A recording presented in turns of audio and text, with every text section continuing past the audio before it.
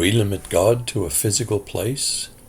Can we truly limit God to a house of worship, or is he with us everywhere? Was a mysterious promise of Christ included? Let's look at Genesis 28.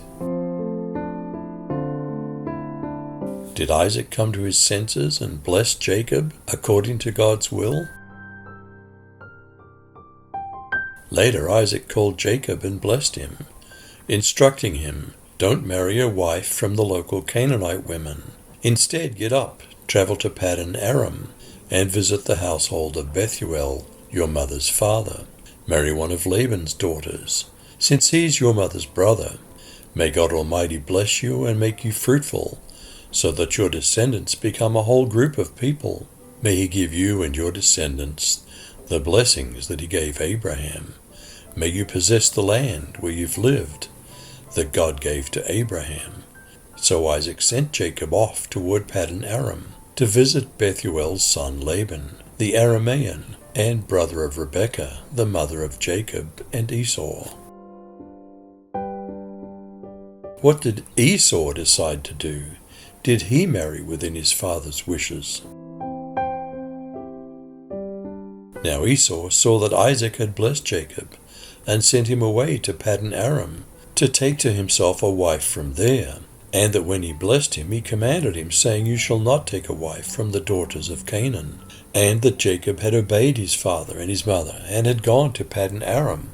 So Esau saw that the daughters of Canaan displeased his father Isaac, and Esau went to Ishmael, and married, besides the wives that he had, Mahalath, the daughter of Ishmael, Abraham's son, the sister of Nebaioth. What happened to Jacob? What kind of dream did he have? And Jacob went out from Beersheba, and went toward Haran, and he lighted upon a certain place, and tarried there all night, because the sun was set. And he took of the stones of that place, and put them for his pillows, and lay down in that place to sleep. And he dreamed, and behold, a ladder set up on the earth, and the top of it reached to heaven, and behold, the angels of God ascending and descending on it. What prophecy came in the dream? Would all people be blessed by his offspring, or seed singular? Was that seed Christ? There above it stood the Lord, and he said, "I'm the Lord, the God of your father Abraham, and the God of Isaac. I'll give you and your descendants the land on which you're lying. Your descendants will be like the dust of the earth, and you'll spread out to the west and to the east, to the north and to the south. All peoples on earth will be blessed through you and your offspring. I'm with you and will watch over you wherever you go, and I'll bring you back to this land. I'll not leave you until I've done what I've promised you."